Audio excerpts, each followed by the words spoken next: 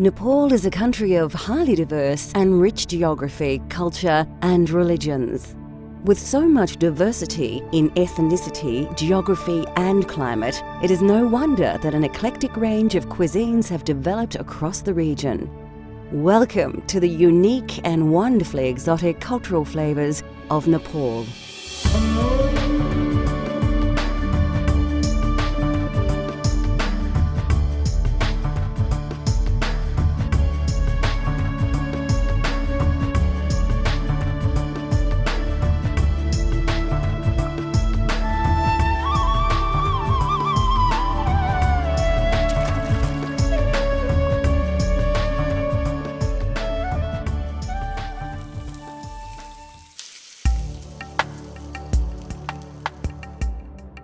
Nepal is bordered by China to the north and India to the south.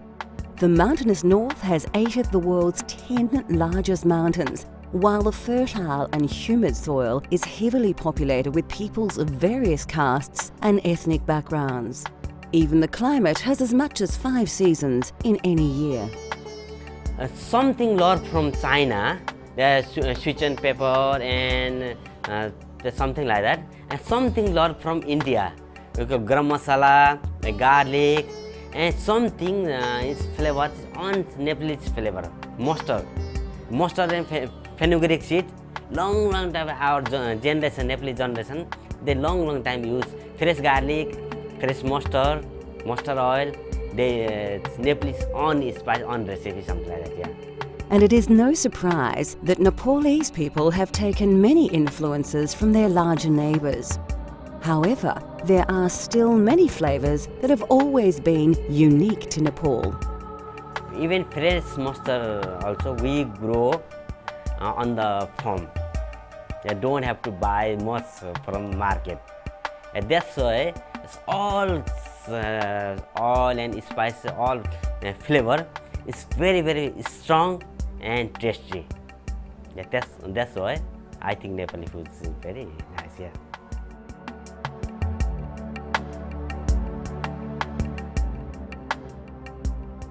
Momo kukura are dumplings made with chicken, and they are an extremely popular snack food in Nepal. Some people use for lunch, some people even dinner, and most of people use for snacks. Easy to eat, just buy. And over there, give more than 10 pieces, either 12 pieces, some restaurant, even 15 pieces. Quite very fresh. And quite big pieces and big straw. That's why people just walking around, just buy and eat. Something fun. Yeah, that's why. Yeah.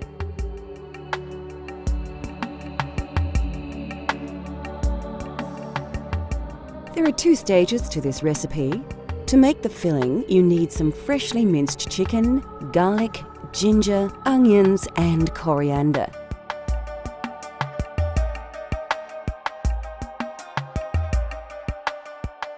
You'll also need a range of ground spices to give your momo their distinctive flavour.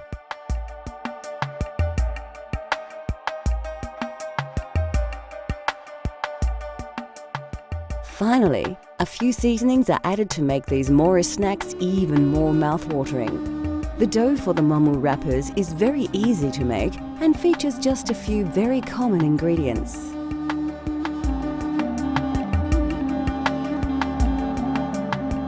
First, we need to prepare the filling. Take a large mixing bowl and place about 200 grams of minced chicken into it. Put the bowl to one side and then peel and dice a large red onion. Put the onion into the bowl with the chicken. Next, take a bunch of fresh spring onions, remove their stalks and then finely slice them like so. Again, add these to the mixing bowl along with the other ingredients. A teaspoon of fresh chopped coriander will add distinctive flavour to the mix. In order to bind the filling together, liberally pour about 3 tablespoons of cooking oil over the mixture. Season with a generous dash of salt and a teaspoon of soy sauce. Add 1 tablespoon of curry powder, half a teaspoon of turmeric and a full teaspoon of ground cumin seeds. Other key ingredients of the filling include garlic and ginger pastes. You'll need about half a tablespoon of each. Now, mix the ingredients together well. Then cover and refrigerate while you make the dumpling wrappers.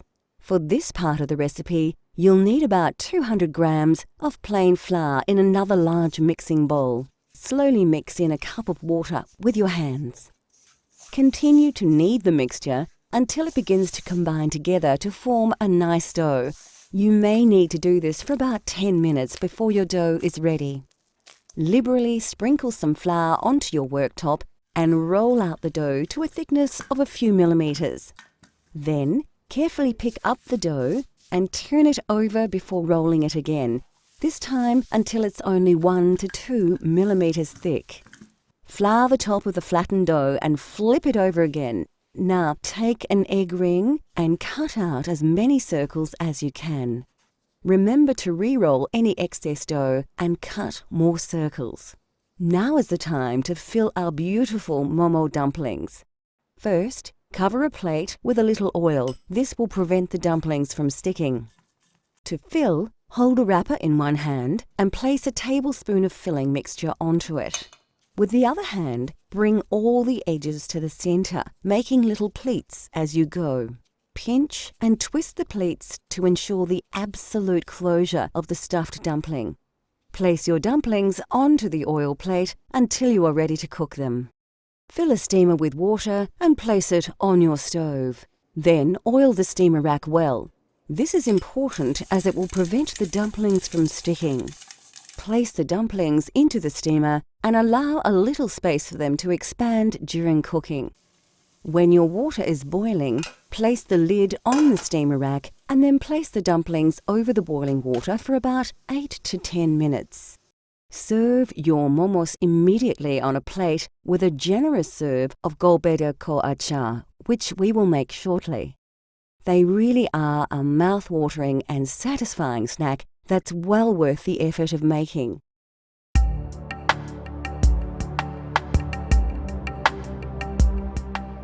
Nepalese cuisine is famous for achar, a vegetable or fruit pickle made from lemon juice, salt, and numerous spices. Homemade pickles became popular across Nepal in the days before refrigeration, as the fermentation process preserved food very well. There is thousands of variety of achar because different culture, different religion, different weather. And hillside, Himalayan side, they like to eat quite hot and flavored because they are very cold. And there's another side, not too cold, different religion, different people. And also, achar is one good for thing. In countryside, even countryside, don't have refrigerator, fridge. In city side, like 20 years, 50 years ago, they don't have fridge, anything. That's why they put some spice and then keep 2-3 days, doesn't go off. That's why they started from that achar is spicy. Now everyone used to eat, used to like. That's why more popular.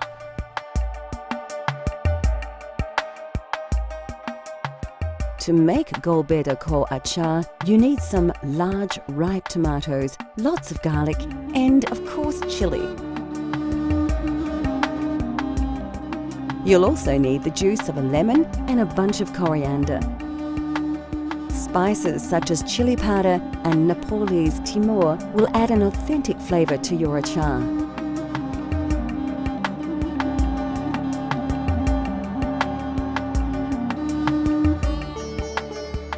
The first thing you'll need to do is slice a number of fine, ripe tomatoes in half and put them aside for later.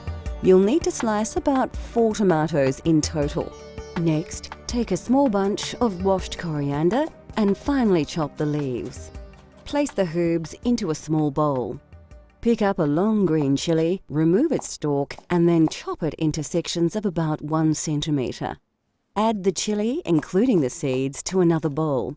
Now grab about 4 or 5 peeled cloves of garlic and roughly chop them into pieces. Place to one side. Now you are ready to start the cooking process. Heat a frying pan with some oil to a moderate heat and add the tomato halves one by one.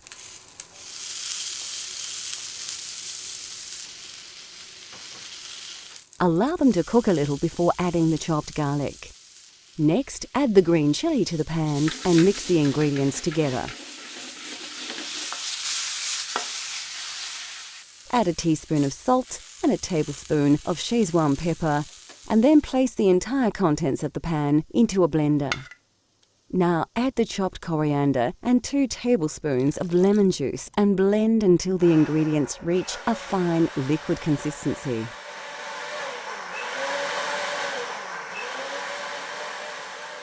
And that's it, a simple but very versatile tomato relish that is the taste of Nepal. It is best stored in an airtight container and served with any number of dishes as a tasty condiment. Coming up on Cultural Flavours, we discover the dish of the Nepali nation.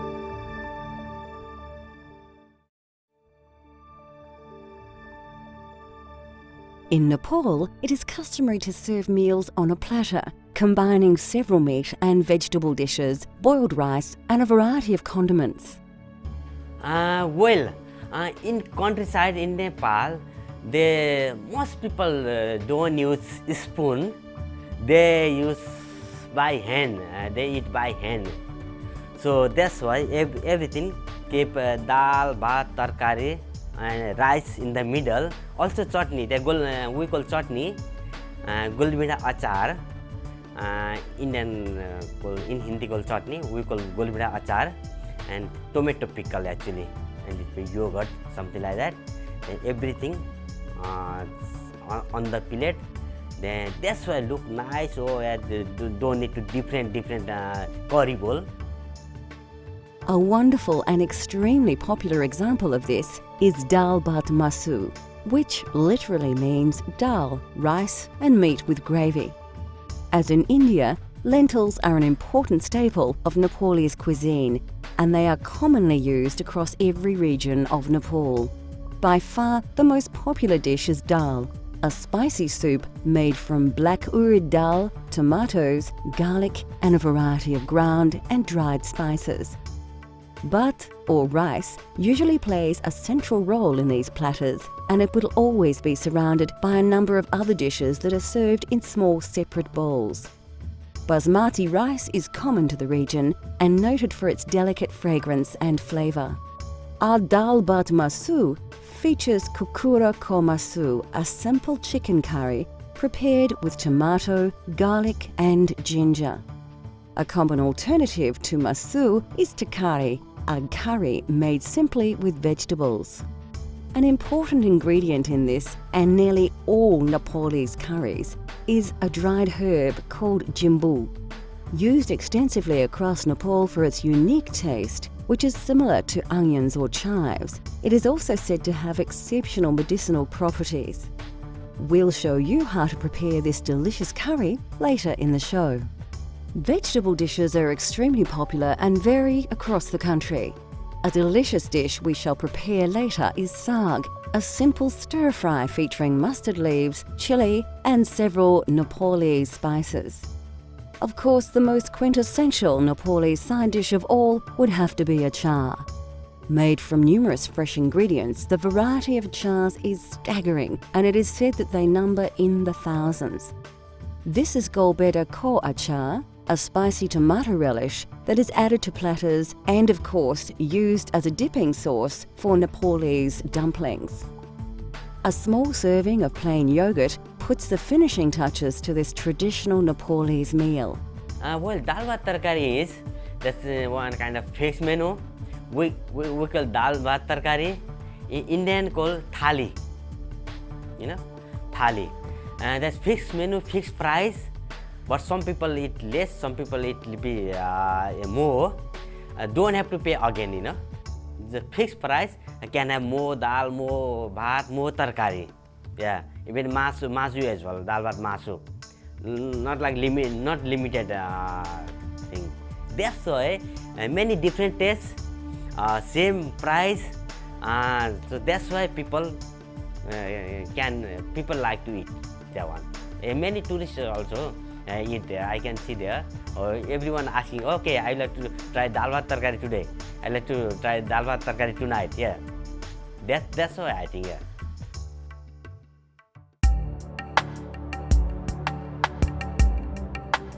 Kokuro Kormasu is a simple, slightly salty and lightly spiced Nepali curry made with tender pieces of chicken.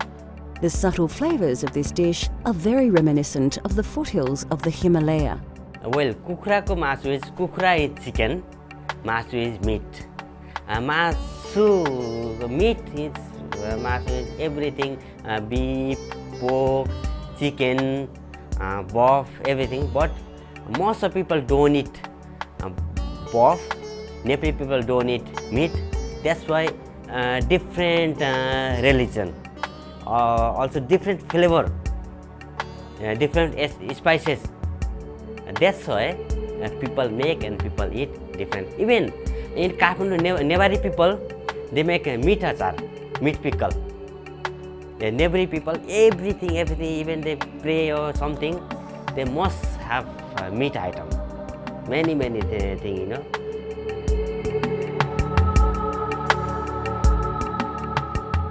To try this delicious curry at home, you need a few common ingredients as well as a range of dried spices. We're using about 200 grams of chicken breast, which we've already diced into bite-sized pieces.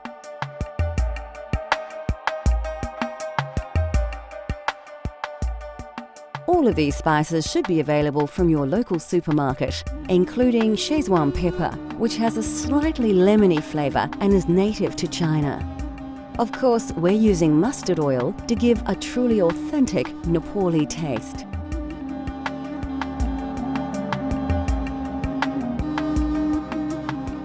Before starting the cooking process, you need to chop a large red onion and dice a tomato. Like most curries, the secret is to start with a great paste. Pour about 4 dessert spoons of mustard oil into a large saucepan and heat to a moderate temperature. First, put about half a teaspoon of fenugreek seeds and half a teaspoon of cumin seed into the oiled pan. Quickly scoop 1 generous tablespoon of garlic and ginger paste and then add 1 red onion which has been finely chopped. Mix the ingredients well and cook until the onions brown.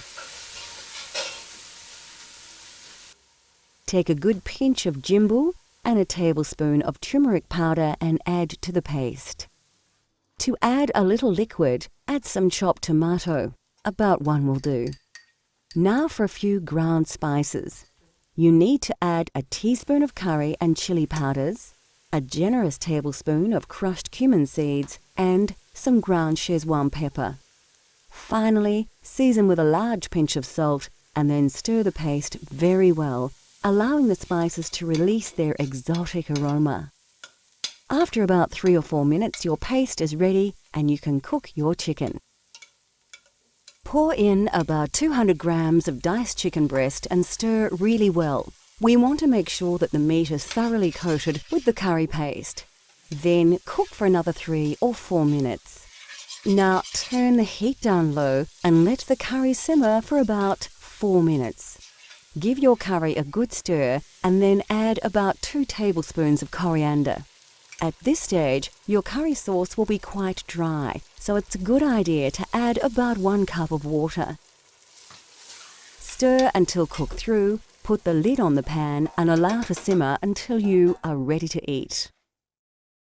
Kokuro Kormasu is a tasty curry that is simple to prepare. It comes straight from the foothills of the Himalaya to your very own table for you to enjoy at home. This dish is best eaten with basmati rice or roti.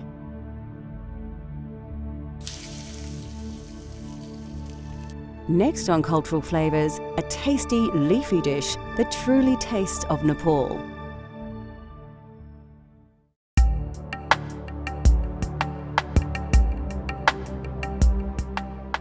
Commonly eaten across most of the Indian subcontinent, saag is a tasty curry dish made with either spinach, mustard leaves and various other greens. Mustard leaf is we call rai ko saag. That is mustard spinach. Because there's mustard leaf every house on garden. People grow their one. That's why I think it's very tasty, and you don't have to buy to another spinach. So that's why people cooked it. They're very tasty, very soft, very crunchy, and flavored. They cooked quickly, and many people like it. And that's why Nepali people liked and cooked that saag.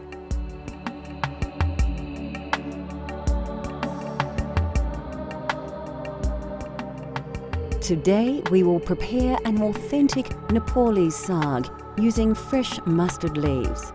These can be found in most Asian supermarkets, as can ghee, commonly known as clarified butter, and mustard oil, which has a hot, nutty flavour.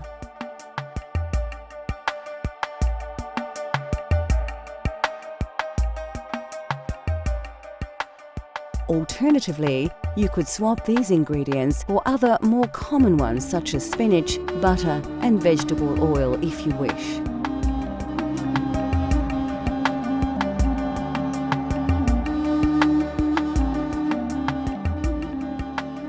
First, we need to prepare the ingredients.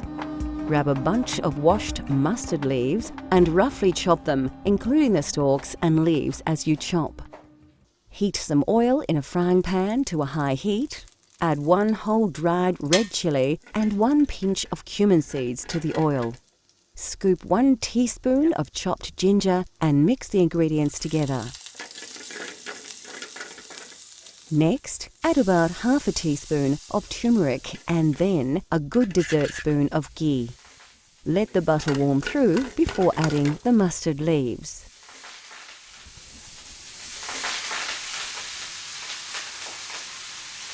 Liberally season with salt before giving all the ingredients a thorough stir through to ensure that all the greens are generously coated with flavour. So there you have it, saag made with mustard leaves, a fresh and very tasty accompaniment to any main meal.